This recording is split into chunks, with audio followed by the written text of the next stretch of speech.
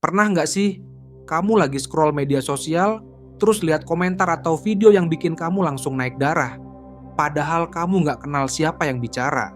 Tapi rasanya pengen bales, pengen nulis panjang, kasih data, kasih argumen, pengen bilang, kamu salah dan aku tahu kenapa. Tapi begitu kamu mulai ngetik, kamu sadar, orang ini nggak niat diskusi.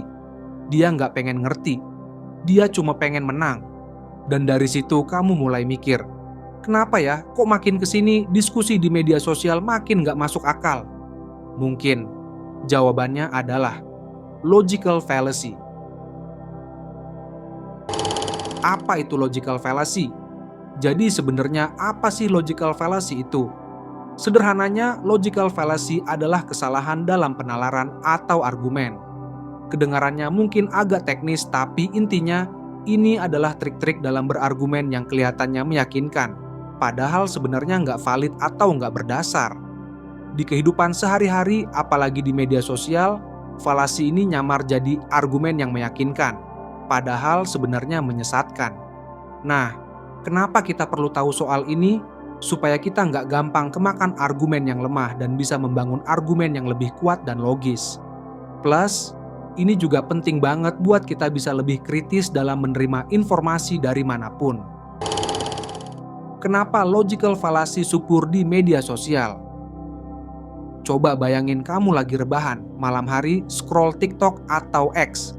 Lalu kamu nemu video orang yang sedang berargumen dan salah satu komentarnya bilang, "Pantes kamu masih miskin, kebanyakan teori sih."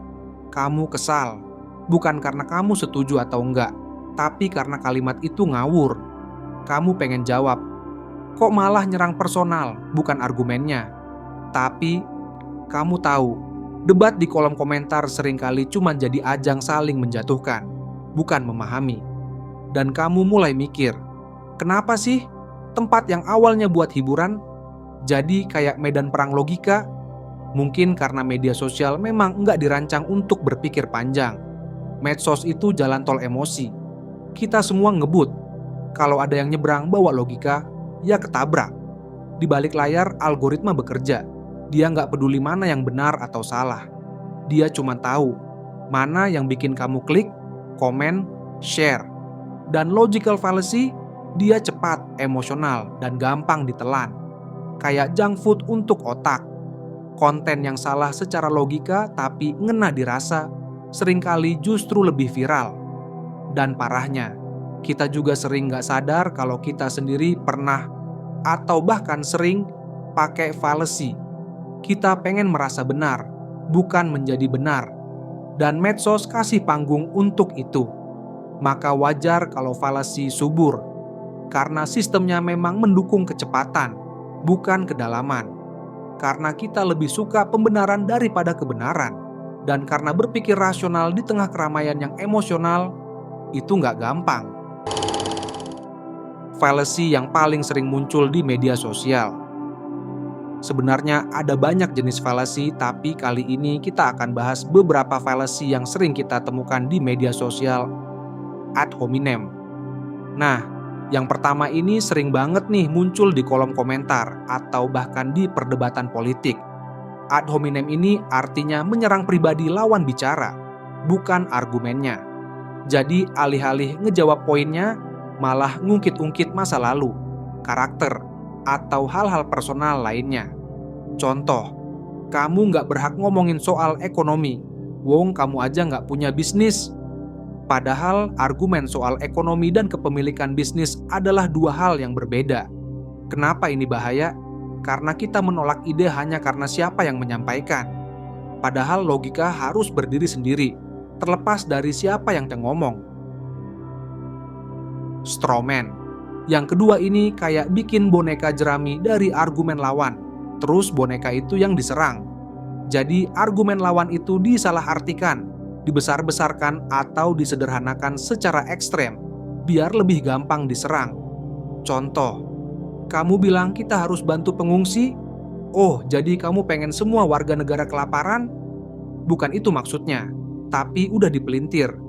Efeknya, orang jadi defensif, diskusi jadi melebar dan nggak produktif. slippery slope.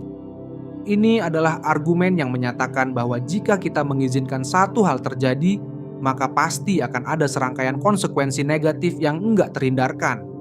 Padahal, belum tentu kejadiannya akan seperti itu. Contohnya, kalau kita setuju sama hal kecil ini, nanti masyarakat bisa rusak total. Masalahnya, loncatannya nggak logis, cuma mainin rasa takut. Appeal to emotion. Kalau yang ini mainnya perasaan. Argumennya dibuat sedemikian rupa biar pendengar jadi emosional, entah itu takut, marah, kasihan, atau senang, sehingga logikanya jadi nggak jalan. Contoh, kalau kamu punya hati nurani, kamu harus setuju. Logika nggak selalu bertentangan dengan empati, tapi harus tetap diuji secara rasional. False dilemma atau false dichotomy. Ini adalah kesalahan berpikir di mana kita cuma disuguhin dua pilihan ekstrem, padahal sebenarnya ada lebih banyak pilihan di antara keduanya. Jadi kayak dipaksa milih antara hitam atau putih, padahal ada abu-abu dan warna lainnya. Contoh, kalau kamu nggak dukung kebijakan ini, berarti kamu nggak peduli sama negara. Padahal ada banyak cara untuk peduli pada negara selain mendukung kebijakan tertentu. Efeknya, bikin kita susah lihat nuansa, padahal solusi sering ada di tengah. Hasty generalization. Nah, kalau yang ini, kita menarik kesimpulan umum cuman berdasarkan sedikit bukti atau sampel yang enggak representatif. Jadi kayak langsung ngejudge semua berdasarkan satu atau beberapa kejadian aja. Contoh, seseorang yang baru saja bertemu dengan beberapa orang dari sebuah negara tertentu, dan kemudian berkata, orang-orang dari negara itu semua sombong. Ini adalah contoh hasty generalization, karena kesimpulan tersebut diambil hanya berdasarkan pengalaman terbatas tanpa memperhitungkan keseluruhan populasi. Kenapa kita gampang ke-trigger? Kita gampang ke-trigger karena kita manusia, dan manusia punya bias, emosi, luka, dan pengalaman yang nempel di bawah sadar. Ketika kita lihat argumen yang menyerang nilai atau identitas kita, meskipun dengan cara yang enggak logis, reaksi pertama kita bukan mikir, tapi merasa. Apalagi kalau argumennya menyentuh hal-hal yang kita anggap penting. Keadilan, moralitas, atau komunitas tempat kita merasa belong. Fallacy sering menyamar jadi pembelaan untuk hal-hal yang emosional. Dan ketika itu menyentuh identitas kita lupa mikir. Kita langsung nyerang balik. Misalnya gini, kita lihat seseorang ngepost opini soal isu sosial. Isinya sebenarnya bisa diperdebatkan, tapi dibungkus dengan sarkasme dan tuduhan. Kita langsung kebakar, nggak mau kalah. Dan akhirnya kita balas dengan fallacy yang lain. Jadilah lingkaran setan. Fallacy dibalas fallacy. Emosi dibalas emosi. Kita jadi gampang ke-trigger karena kita merasa sedang diserang. Padahal kadang yang diserang bukan kita, tapi ide kita. Kalau kita bisa bedain itu, kita mungkin bisa ambil jarak dan mulai lihat, ini diskusi atau sekadar pelampiasan. Gimana cara kita menyikapi? Kadang kita lupa bahwa logika itu bukan sesuatu yang otomatis. Dia bukan bawaan lahir, bukan juga insting sehari-hari. Logika itu latihan, disiplin. Dan sayangnya, di dunia yang serba cepat, logika sering dianggap ribet, nggak praktis, terlalu lambat buat ngimbangin kecepatan notifikasi dan banjir informasi. Tapi justru karena itu, kita perlu belajar untuk melambat. Karena dalam kecepatan, kita sering kehilangan ketepatan. Menyikapi logical fallacy bukan berarti kita harus jadi polisi logika yang kerjaannya nyalahin orang di kolom komentar. Bukan juga berarti kita harus selalu debat dan tunjuk-tunjuk mana yang salah. Kadang, menyadari bahwa ada fallacy cukup. Nggak semua hal perlu dibales. Nggak semua kesalahan perlu dikoreksi di depan umum. Kadang, cukup kita paham dan memilih diam. Bukan karena kalah, tapi karena tahu kapan logika berhenti diterima sebagai alat bicara.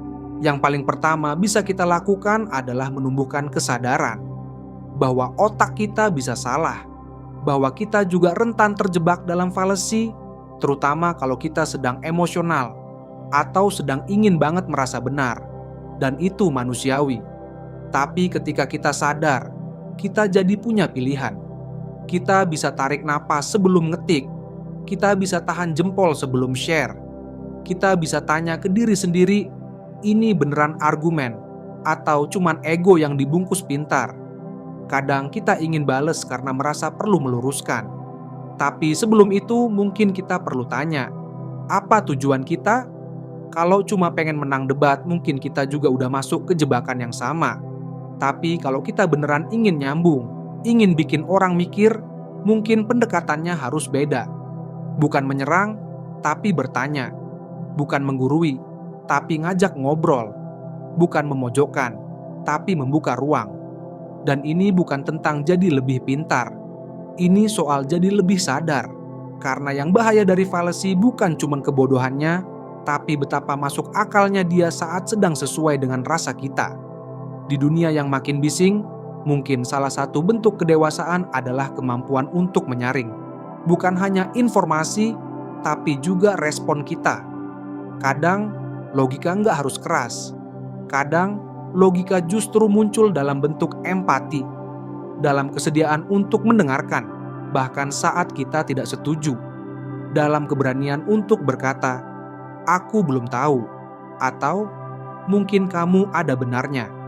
Menyikapi logical fallacy di media sosial bukan soal siapa yang lebih pintar, tapi siapa yang bisa tetap berpikir jernih, bahkan saat suasana udah keruh. Dan mungkin itulah bentuk keberanian baru yang kita butuhkan hari ini.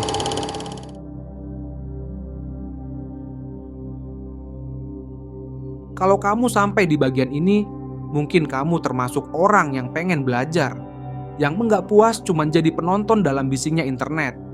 Dan itu sendiri udah langkah besar. Karena di dunia yang terus mendorong kita buat cepat, orang yang mau berpikir pelan, itu langka.